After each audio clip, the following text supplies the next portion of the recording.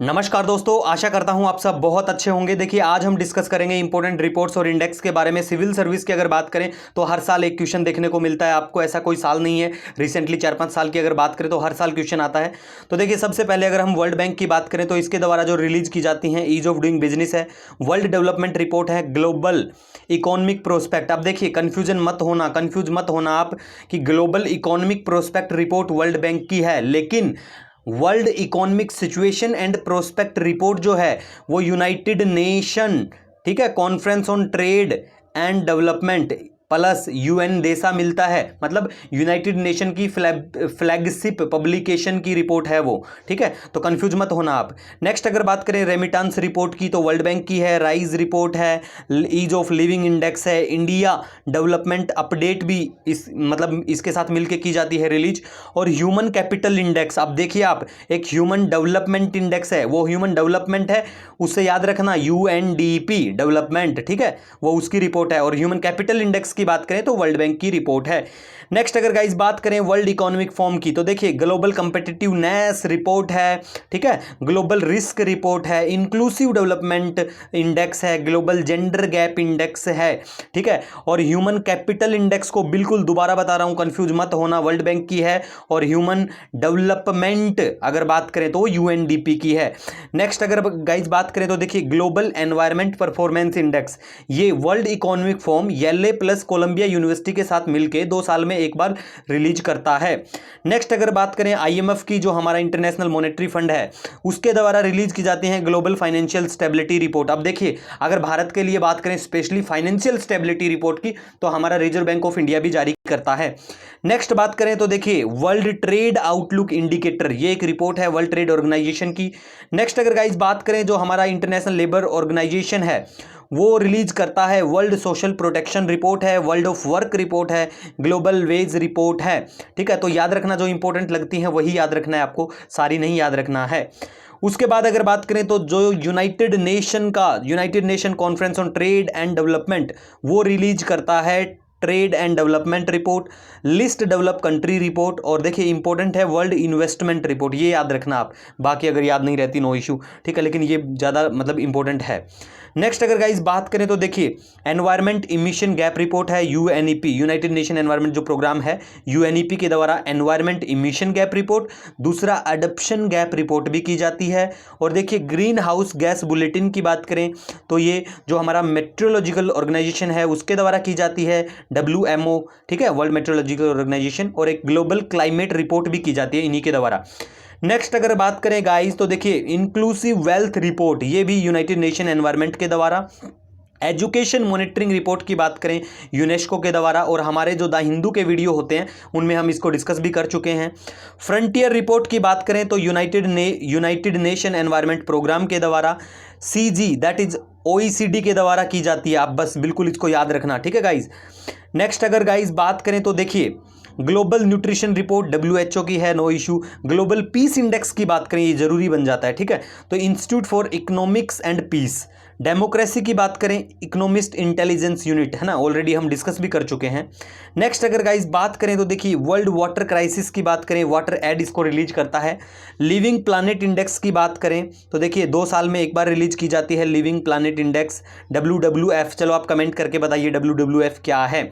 Next अगर guys बात करें तो देखिए, लिविंग प्लानिट प्रोग्राम, ESA का प्रोग्राम है, तो ESA क्या है कमेंट कर लेना, ठीक है। Living Planet Programme European Space Agency है।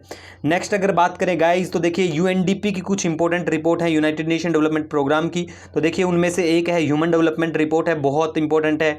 जेंडर इंडेक्स बहुत जरूरी है, जेंडर डेवलपमेंट इंडेक्स है, और मल्टी डायमेंशनल पावर्टी इंडेक्स है। अब देखिए, मल्टी डायमेंशनल अगर हम पावर्टी इंडेक्स की बात करें तो ये UNDP, और दूसरा देखिए Oxford poverty and human development initiative मिलके इसको रिलीज करता है गाइज, ठीक है, तो थोड़ा ये पता होना चाहिए। नेक्स्ट अगर गाइज देखिए, हम बात करें कुछ और दूसरी जो रिपोर्ट है, ठीक है, वो इतनी ज़्यादा जरूरी तो नहीं है, जैसे इनोवेशन इंडेक्स है हमारा, नीति आयोग उसको जारी करता है, ठीक है। एक दूसरा डाटा गवर्नेंस क्वालिटी इंडेक्स अक्टूबर के मंथ में रिलीज हुआ था, तो देखिए वो NITI Aayog development monitoring and evaluation office के साथ मिलकर रिलीज किया था, ठीक है। और एक है वर्ल्ड एनर्जी आउटलुक, आप नोट कर सकते हैं, वर्ल्ड एनर्जी आउटलुक, उसको रिलीज की गई इंटरनेशनल एनर्जी एजेंसी के द्वारा। वैसे हमने द हिंदू के वीडियो में डिस्कस किया है उसको, ठीक है। और ग्लोबल हंगर इंडेक्स है, उसको भी हमने डिस्कस किया हुआ है, कंसर्न वर्ल्ड वाइड है, और एक वेल्थ हंगर लाइफ है ना, किया हुआ है उसको डिस्कस। और दूसरा अगर बात करें गाइस तो देखिए आप नोट कर सकते हैं, बिल्कुल इंपॉर्टेंट रिपोर्ट है, वो है global nitrous oxide, global nitrous oxide budget है, वो ग्लोबल कार्बन प्रोजेक्ट के द्वारा रिलीज किया जाता है, ठीक है गाइस। अब और दूसरा देखिए गाइस, अगर आप कोई रिपोर्ट पढ़ते हैं तो कहां से कैसे क्या आपको उसको पढ़ना है, तो देखिए सबसे बड़ी बात ये होती है, जैसे हम कोई भी एक रिपोर्ट लेते हैं, जैसे टाइगर का एक स्टेटस रिपोर्ट आई थी, टाइगर स्टेटस रिपोर्ट 2018, तो देखिए उस रिपोर्ट की अगर हम बात करें ना गाइस, तो देखिए 2967, ठीक है, 2967 जो टाइगर हैं 2018 में हैं, है ना। 2014 में कितने थे, 2226, 2226, 2226 थे 2014 में। देखिए दूसरा अगर बात करें तो टाइगर से रिलेटेड एक इनिशिएटिव टाइप में चलाया गया था उनको काउंट करने के लिए, जिसे एम स्ट्रिप कहा गया। सिविल सर्विस ने ये मतलब एग्जाम में प्रीलिम्स में एक बार पूछा जा चुका है ये।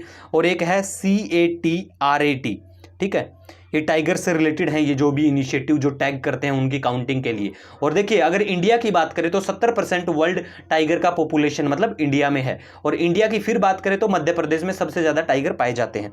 तो ऐसी जो इंपॉर्टेंट इंफॉर्मेशन होती हैं वो आपको पता होना चाहिए, ठीक है गाइज। नेक्स्ट अगर बात करें हम तो देखिए एक हेनली पासपोर्ट इंडेक्स रिपोर्ट भी रिलीज होती है, जिसमें बताया गया था कि इंडिया की रैंक है वो 85th है 110 कंट्री में, जो पासपोर्ट है हमारा कितना क्या स्ट्रोंगर है ना, जापान का सबसे ज्यादा अच्छा मतलब स्ट्रोंगर बताया गया। तो इसको हेनली एंड पार्टनर जो हैं वो रिलीज करते हैं, ठीक है।